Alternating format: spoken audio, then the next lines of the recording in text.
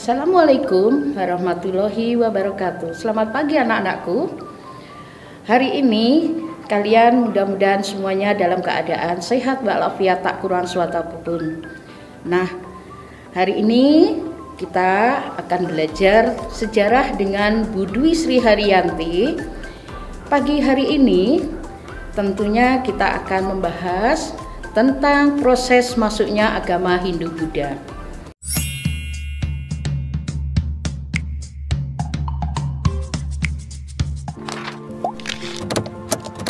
Nah, sebelum kalian belajar tentang proses masuknya agama Hindu di Indonesia, inilah pembelajaran KD menganalisa berbagai teori masuknya agama Hindu-Buddha di Indonesia. Indikatornya menganalisis berbagai teori tentang proses masuknya agama dan budaya Hindu-Buddha di Indonesia. Tujuan pembelajarannya, peserta didik dapat menganalisis berbagai teori tentang prosesnya masuk agama dan budaya Hindu-Buddha di Indonesia.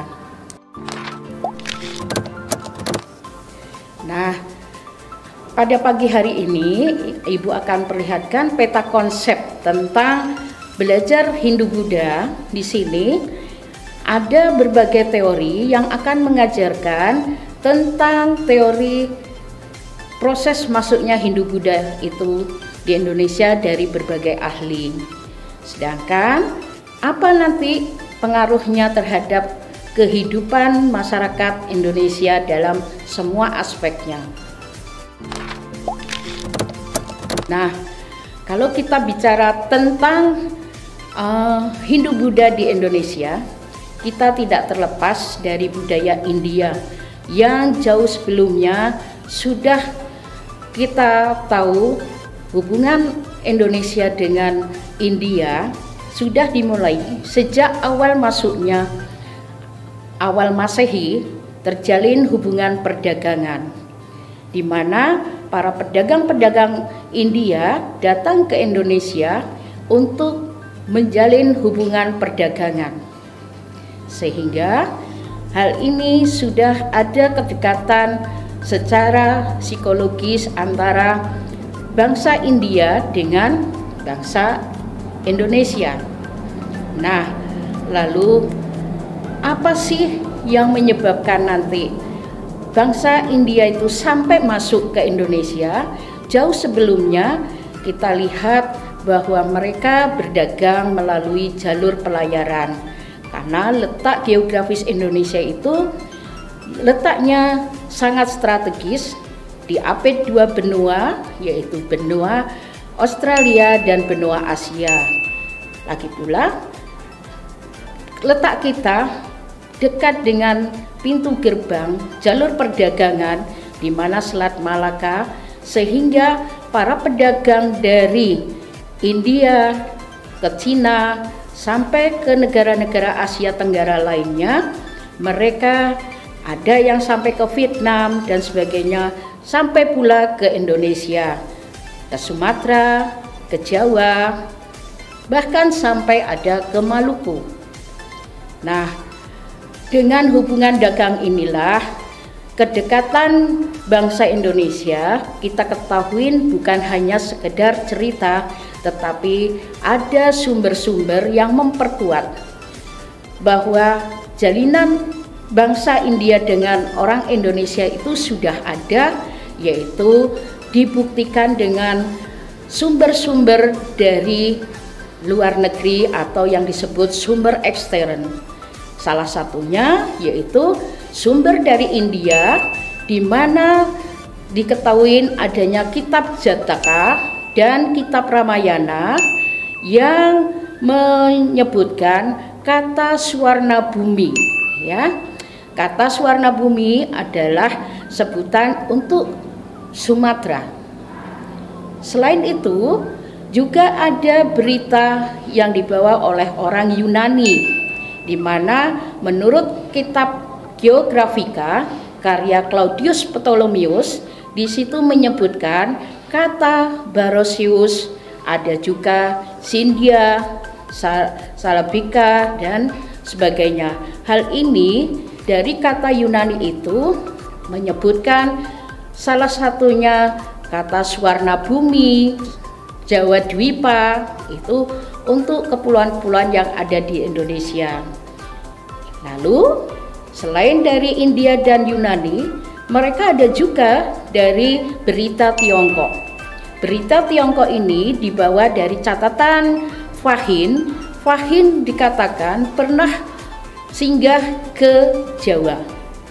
Sementara dari catatan Itsing, beliau mengatakan pernah singgah di Sumatera, yaitu daerah Palembang. Nah, itu salah satu sumber-sumber dari luar negeri yang memperkuat berita kedekatan hubungan Indonesia dengan India pada zaman itu. Lalu selain sumber ekstern ada juga sumber intern. Nah, di sumber intern di sini dikatakan bahwa ditemukannya prasasti-prasasti tua di Indonesia menunjukkan bahwa adanya penggunaan huruf Pallawa dan bahasa Sanskerta yang berasal dari India. Selain itu, terdapatnya bangunan-bangunan candi, arca, dan sistem penulisan dalam kitab ataupun dalam kitab Kakawin juga memperlihatkan pengaruh dari India yang cukup kental. Ini sumber intern. Nah, dengan adanya sumber ekstern intern ini, kita tahu bahwa nantinya kita akan membahas teori-teori yang menyatakan bahwa agama Hindu-Buddha itu ada di Indonesia. Nah, kalau kita bicara tentang teori-teori yang pernah ada kita bahas, yaitu kita jauh mengetahui adanya sistem kasta yang berlaku sangat ketat dan sangat kental, di mana kehidupan masyarakat India dibatasi dengan sistem kasta yang menunjukkan strata sosial masyarakat India, yaitu kasta Brahmana, kasta Ksatria, kasta Waisya, dan kasta Sudra. Nah, dari kasta ini nanti dijadikan nama teori-teori yang dipakai para peneliti ataupun pendapat para ahli dari luar negeri. Nah, kalau kita bicara tentang kasta yang ada di India tersebut, maka marilah kita akan bahas tentang teori yang ada di Indonesia. Di sini salah satunya teori Brahmana. Kalian tahu teori Brahmana itu apa? Teori Brahmana menyatakan bahwa kaum Brahmana lah yang menyiarkan agama Hindu di Indonesia. Hal ini menurut pendapat J. Van Leer. Nah, kenapa teori Brahmana ini dikatakan J. Van Leer? Menurut beliau, kaum Brahmana lah yang menyiarkan agama Hindu, karena kaum Brahmana yang menguasai bahasa Sanskerta maupun huruf Pallawa yang ada di dalam kitab Weda. Nah, meskipun para Brahmana ini menguasai huruf Pallawa ataupun bahasa Sanskerta, bukan berarti teori ini tidak ada kelemahannya, ya. Salah satunya di India sana, bahwa ada yang mengatakan bahwa kaum Brahmana ini ada pantangan untuk menyeberangi lautan. Kalau hal ini dilanggar, maka mereka akan dikeluarkan dari kasta Brahmananya. Yang di India sana, bahwa kasta Brahmana ini kasta yang sangat mulia ataupun kasta yang paling tinggi. Itulah kelemahan dari kasta Brahmana. Meskipun kaum Brahmana ini bisa menguasai atau memahami bahasa Sanskerta dan menguasai huruf Pallawa yang ada di kitab Weda yang dianggap suci. Nah, selanjutnya yaitu teori kesatria. Kenapa disebut teori kesatria? Yaitu di India sana sering terjadi konflik antar kerajaan. Nah, kalau konflik di antara kerajaan di India, bagi kesatria-kesatria yang kalah perang, mereka daripada harus menjadi turun kastanya atau merasa rendah diri, mereka pergi keluar mencari suaka politik lah kalau sekarang ini, mencari perlindungan dari negaranya atau kerajaannya. Salah satunya mereka sampai ke Nusantara. Nah, menurut teori ini, kaum kesatria ini nanti akan mengadakan suatu koloni ke daerah lain. Tapi meskipun para kesatria ini yang memiliki jiwa petualangan dan sebagainya, teori ini juga ada kelemahannya. Apa itu? Menurut teori ini, karena tidak ada bukti bahwa di Indonesia pernah ada penaklukan dari golongan kesatria, maka teori ini dianggap lemah. Nah, lalu teori selanjutnya tentang pemasukan Hindu Buddha di Indonesia itu apa? Salah satunya teori Waisya. Waisya yang dibawa oleh para pedagang, mereka selain berdagang, mereka juga akan memperkenalkan agamanya. Karena pada waktu itu mereka tinggal lama di Indonesia karena keadaan cuaca yang harus menunggu mereka bisa pulang kembali ke negaranya. Karena di Indonesia terkenal dengan dua musim, yaitu musim atau menunggu perubahan angin pasat atau angin muson barat dan angin muson timur, sehingga menunggu keadaan yang baik untuk bisa pulang ke negaranya. Dalam waktu menunggu itulah para pedagang ini ada yang menikah dengan kaum pribumi. Dengan sendirinya mereka akan memperkenalkan agamanya, kebudayaannya, yaitu agama Hindu. Tapi menurut teori Waisya yang dikatakan N.J. Krum, ini juga terdapat suatu kelemahan. Kenapa? Kalau memang dari teori Waisya ini yang menjelaskan bahwa kaum pedagang yang mengajarkan agama Hindu, mereka tidak memiliki kapasitas atau kemampuan menguasai bahasa Sanskerta ataupun huruf Pallawa. Lagi pula perkembangan kalau memang itu diajarkan oleh kaum Waisya, tentunya mereka perkembangannya terpusat pada di daerah pesisir.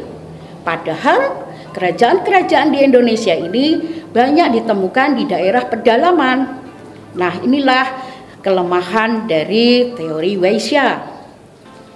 Nah, selanjutnya yaitu teori Sudra. Siapa itu teori Sudra? Menurut Van Weber mengatakan bahwa kaum Sudra ataupun kaum budak yang ada di India sana, mereka itu kaum yang tidak memiliki hak apapun. Tentang kemerdekaan dirinya sendiri mereka tidak punya. Mereka merupakan kasta yang paling rendah.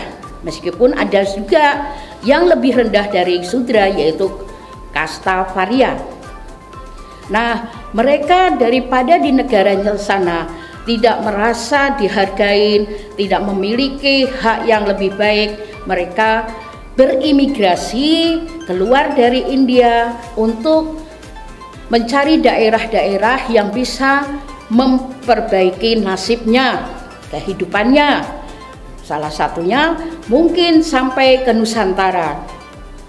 Nah, mereka pun di sini akan berusaha untuk memperbaiki taraf kehidupannya supaya mereka juga merasa dihargai kalau di negara yang didatangi itu tidak berlaku kasta.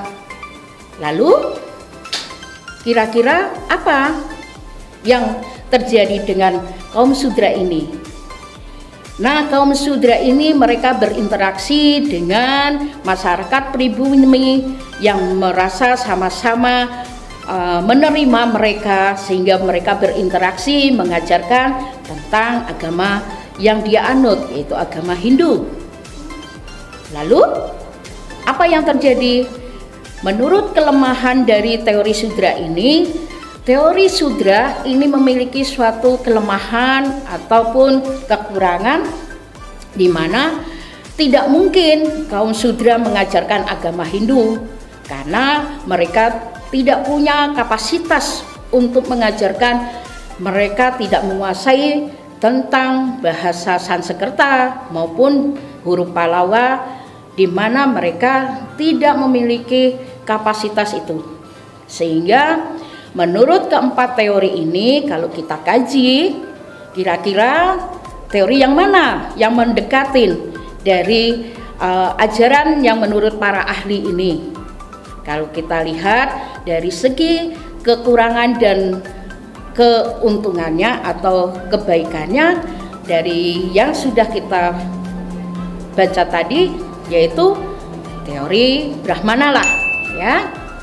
Tapi ingat, ada satu teori yang baru yang dimana di sini teori arus balik, di mana teori arus balik ini lebih menjiwai nasionalisme, di mana menunjukkan bahwa bangsa Indonesia itu tidak hanya pasif menerima pengaruh dari luar, tetapi di sini ada juga bangsa Indonesia berperan aktif, ya.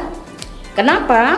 Menurut Predikat Bosch, di mana teori ini bangsa Indonesia dia juga ingin belajar kemajuan yang ada di India sana. Maka kalau kita pernah belajar tentang konsep primus inter pares, ya, bahwa di sini kepala suku ingin belajar untuk melegitimasi seperti halnya mereka yang ada di India. Mereka datang ke India meminta izin kepada raja-raja di India untuk belajar, membawa biksu ataupun pendeta-pendeta untuk dibawa ke Indonesia untuk belajar Hindu Buddha. Nah, ini salah satu menunjukkan bahwa bangsa Indonesia tidak hanya menerima begitu pasif, tapi ada juga keinginan mereka belajar. Kalian ingat? Dulu kita belajar konsep menurut Dr. J.L. Brandes bahwa kemampuan bangsa Indonesia itu sudah diidentifikasikan memiliki 10 kemampuan lokal jenius. Nah, inilah salah satu bahwa menunjukkan bahwa bangsa Indonesia itu berperan aktif, tidak hanya menerima saja. Nah, dengan teori arus balik ini menunjukkan bahwa bangsa Indonesia bukan hanya bisa, kalau istilahnya anak sekarang itu copy paste, ya, tetapi mereka juga punya inisiatif untuk berkembang lebih maju. Salah satu buktinya, kalau kita lihat bangsa Indonesia, mereka lebih dari sastra-sastranya, dari hasil karyanya, setelah mereka belajar dari India sana, ternyata bukti mereka itu lebih unggul, ya. Nanti kita lihat dari perkembangan teori arus balik ini. Nah, dari apa yang sudah kita pelajari tentang teori arus balik, teori-teori yang sudah diajarkan tadi apa? Yaitu ada 5. Teori Brahmana, teori Ksatria, teori Waisya, teori Sudra, lalu teori arus balik. Nah, kalau kita lihat dari 5 konsep teori ini, mari kita simpulkan bersama Kalau kita lihat dari kelebihan dan kekurangan dari masing-masing teori ini, kemungkinan ya yang bisa mematahkan kelemahan dari teori yang lainnya yaitu teori Brahmana. Kenapa? Karena para Brahmana lah yang punya kapasitas untuk mengajarkan agama Hindu, karena mereka lah yang menguasai kitab Veda yang ditulis dalam bahasa Sanskerta dalam huruf Pallawa. Lalu yang kedua tentunya teori arus balik. Nah, kira-kira kalian sudah paham? Nah, itulah konsep tadi pengaruh masuknya agama Hindu Buddha di Indonesia itu tidak terlepas dari peran aktif dari bangsa India maupun dari bangsa Indonesia sendiri. Nah, kalau kita sudah tahu tentang teori yang diajarkan para ahli tadi, lalu sekarang menjadi pertanyaan, dampak apa? Bukan hanya dampak dalam agama saja, tapi juga akan berimbas kepada dampak semua bidang aspek kehidupan manusia yang ada di Indonesia. Salah satunya yaitu pengaruh dalam aspek politik. Kalian tahu bahwa sistem pemerintahan di Indonesia dahulu konsepnya masih primus inter pares, yaitu konsep kesukuan. Setelah mereka mengenal agama Hindu Buddha, mereka sekarang menyetarakan konsep kesukuan ini seperti halnya konsep yang ada di India, yaitu gelar sebutan raja, ya, raja. Jadi kalau dulu menjadi kepala suku, sekarang gelarnya sebutannya raja, seperti apa yang ada di India. Lalu selain aspek politik, aspek apa saja? Nah, kira-kira yaitu aspek agama. Tadi di awal sudah kita tahu bahwa sebenarnya bangsa Indonesia itu tidak, saya katakan tidak pasif, tapi juga memiliki keaktifan. Apalagi menurut Dr. Brandes bahwa konsep lokal genius yang dimiliki orang Indonesia sehingga memudahkan orang Indonesia itu menerima dan memfilter apa-apa yang dia dapat dari luar, tidak hanya ditiru secara mentah-mentah, tetapi disesuaikan dengan kemampuan kepribadian bangsa Indonesia dalam proses akulturasi. Kalau kita lihat pada zaman prasejarah, bangsa Indonesia juga sudah mengenal sistem agama, ya, yaitu apa? Animisme, dinamisme. Nah, setelah mereka berkenalan, berinteraksi dengan orang-orang dari India, sekarang konsep itu sudah dalam bentuk kepercayaan Hindu-Buddha. Itulah anak-anakku, selain politik, agama, lalu apa lagi? Nah, kita sekarang akan lihat konsep aspek sosial, ya, aspek sosial, bahwa di India berlaku sistem kasta untuk strata sosial masyarakatnya. Di Indonesia tidak. Setelah mereka tahu ada perbedaan tingkatan strata sosial masyarakat, maka kasta ini juga ditiru di Indonesia. Meskipun tidak seketat apa yang ada di India, ya, tetapi ini juga terlihat pengaruh dari India itu ke dalam aspek kehidupan sosial masyarakat Indonesia. Lalu apalagi? Yaitu dalam bidang arsitektur. Melihat bahwa tadi apa yang Ibu katakan, bahwa pada mulanya menurut nenek moyangmu sudah memiliki konsep, yaitu mereka sudah mengenal apa yang disebut punden berundak pada zaman megalitikum, ya kan? Nah, setelah mereka belajar, sekarang dipadukan dengan candi. Nah, candi itu berdiri yang megah, tentunya ada pondasi, yaitu punden berundak. Nah, kalau kita meniru begitu saja, tentunya ada dong candi di India sana. Buktinya tidak kan? Itulah salah satu bukti bahwa konsep bahwa lokal genius, kemampuan bangsa Indonesia itu lebih tinggi. Nyatanya kita bisa membuat candi yang lebih bagus daripada yang ada di India. Salah satunya Borobudur, Prambanan. Itulah dampak dalam segi arsitektur. Dari sini kalian sudah bisa ya, ada kebanggaan lah untuk kita. Sebenarnya kita itu lebih pintar. Lalu selain bidang arsitektur, apalagi anak-anakku, yaitu dalam bidang astronomi, ya, yaitu sistem kalender. Nenek moyangmu itu sudah mengenal sistem kalender dengan pengamatan rasi bintang, ya.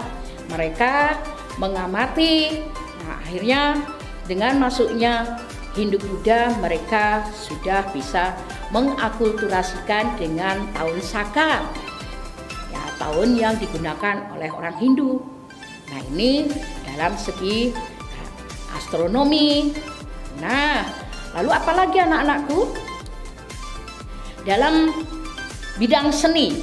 Nah, kalau nenek moyang kita sudah mengenal arca dan sebagainya, setelah berinteraksi tadi dengan orang India, mereka sudah bisa mengukir relief-relief yang ada di candi-candi yang untuk mengisahkan diambil dari kitab Ramayana, kitab Mahabharata. Di situ diukir untuk menceritakan isi kitab itu di relief candinya. Nah, itulah salah satu aspek seni. Lalu aspek yang lainnya apa lagi, Bu? Yaitu dalam bahasa dan sastra. Nah, dalam konsep bahasa dan sastra, adanya bahasa Sanskerta maupun huruf Pallawa ini mengilhami bagi bangsa Indonesia dengan munculnya kitab-kitab seperti Negara Kertagama, Pararaton, Arjuna Wiwaha, ya. Jadi para sastrawan pun bisa setelah mereka belajar tentang aksara dan bahasa, mereka sudah bisa menyusun suatu karya sastra. Terbukti adanya kitab Pararaton apapun seperti Arjuna Wiwaha dan Negara Kertagama. Itu salah satu bukti. Nah, baru kita simpulkan ya bahwa pengaruh Hindu-Buddha di Indonesia itu sangat-sangat membawa dampak bagi kehidupan bangsa Indonesia lebih maju. Kalau dulu kita masih dianggap primitif, tetapi dengan adanya bukti-bukti bahwa setelah mereka berinteraksi dengan orang-orang yang dari India, entah itu melalui perdagangan, ya, akhirnya kita juga bisa maju dari mereka. Nah, setelah kita belajar sejarah, kira-kira kalian paham kan? Mudah-mudahan dengan kita mengerti konsep masuknya agama Hindu yang ada di Indonesia ini menambah rasa nasionalisme kita. Kita bukan bangsa yang hanya bisa meniru, tetapi kita juga bisa berinovasi. Lihatlah yang sudah dicontohkan oleh nenek moyang kita semuanya. Nah, kiranya sampai di sini dulu ya anak-anakku pembelajaran sejarah. Nah, semoga apa yang kita pelajarin hari ini bermanfaat bagi kehidupan kalian di masa mendatang. Terima kasih.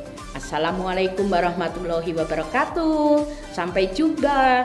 Jangan lupa salam jas merah. Jangan lupakan sekali-sekali tentang sejarah.